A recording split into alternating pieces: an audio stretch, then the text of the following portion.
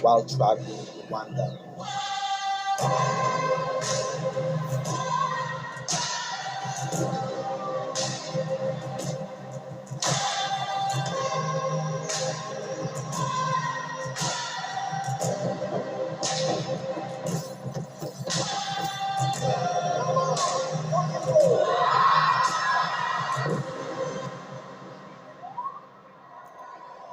This African country is shockingly building a reputation with tourists. Being the most cleanest and organized country, tourism is growing and it's on point. It's one of the easiest countries to do business in. Corruption index is one of the lowest in the world. It's not. And you know what happened?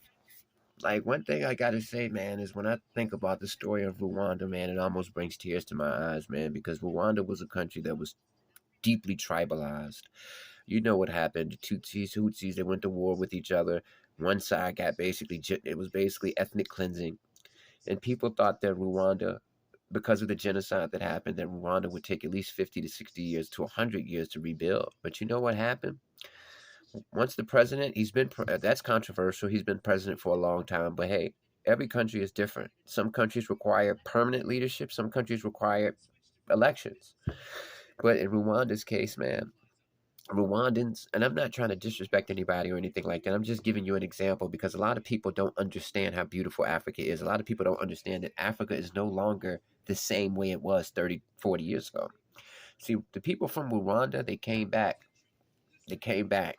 You know, there was a program where everybody was asked, all the people who migrated to different parts of the world, they came back to Rwanda and they brought their skill set back. And Rwanda is one of the most advanced countries in the world. Rwanda is more advanced and less corrupt than European countries. I mean, a lot of people, when they look at Rwanda, is basically the poster child for Africa in terms of this is this is how a country is supposed to come back with a vengeance.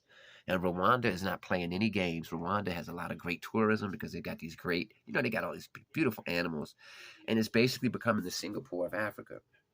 And you can't tell me that El Salvador, Jamaica, they can't do that. You see, I don't want to just paint the dark This side video with of what's going on in the world. I want you to understand that there are success stories. Singapore is. It's easy to forget that East Asia was not the highly developed, economically powerful place it is today 100 years ago. Many refer to the 1800s as Britain's century, the 1900s as America's century, and the 2000s as Asia's century. It's thought that we are currently in the century where Asia will prevail, and one of the countries driving that is Singapore.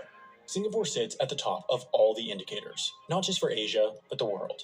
It's the 8th safest, 3rd richest, 3rd least corrupt, 3rd longest living country in the world. And Singapore went through the same things as a lot of these countries. Singapore was subjugated by the Japanese. It was subjugated by the English after that, by America. And here they are building their own destiny. And Singaporeans from all over the world who migrated away, they're coming back. They're coming back.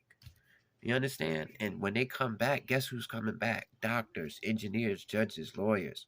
And it's a beautiful thing, man, to see these countries that were formerly colonized. There was a lot of government games being played by America, Russia, all these, they were basically in the middle, monkey in the middle. And now that these countries are finally able to take back their own destiny, you can't tell me that El Salvador can't be the next success story. That's what I want.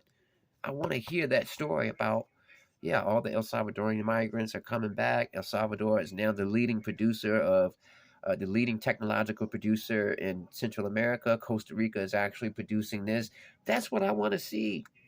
I don't want to see everybody coming here to America and giving up. And like I said, no disrespect, but Rwanda and Singapore did it. Constitutional amendment lifting term limits to let Kagame take power again. He's clearly well liked. Yeah, so basically the president of Rwanda, on paper, he's a dictator, but the people love him, and you can't compare their democracy with ours because American democracy is uniquely American. And in Rwanda, they've got their own culture, their own political culture. Played a part in toppling the oppressive governments of Uganda, Rwanda, and the DRC, and has been described as, quote, perhaps the most successful general alive. He is by all accounts a military genius, and since his fighting days, he has risen Rwanda from chaos into peace and prosperity, but as a political leader, he himself is still oppressive. Just like That's what they Singapore, there are say. severe limitations on the freedom of speech. Yeah, but at the same time, you got to understand that his country went through ethnic cleansing. There was a giant genocide that took place that decimated the entire country. There was a mass migration wave where everybody left. So he has to kind of be oppressive to prevent that from happening. The genocide was only 25 years ago. So they call it oppression. I call it, you got to do what you got to do to make sure your country doesn't, you don't want to pull those band-aids and have those old wounds come back. But peace to Rwanda, peace to Singapore. Like I said, man, I just want the best from you. I want you should want the best from me. Let's not push propaganda here. Like I said, we're going to grow together. We're going to grow together. And when you get offended, please don't, just understand that even if I may say something offensive, just say, hey man, I'm offended by that. I think you might have disrespected me. I'm gonna run it by you first to see if that was your intention.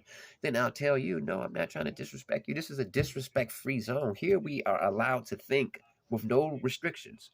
No restrictions. You don't have to filter yourself. You can speak freely here. That's the community that I want to build. I don't want to build a community where people have to, oh man, if I say this, they might get offended. They might get mad. Speak your mind, man. We know that you're not trying to offend anybody. So it goes without saying. Peace to Rwanda and peace to Singapore. And like I said, man, I hope that one day El Salvador, Costa Rica, beautiful countries, they can reclaim their rightful position as top dogs because they should be top dogs. Peace.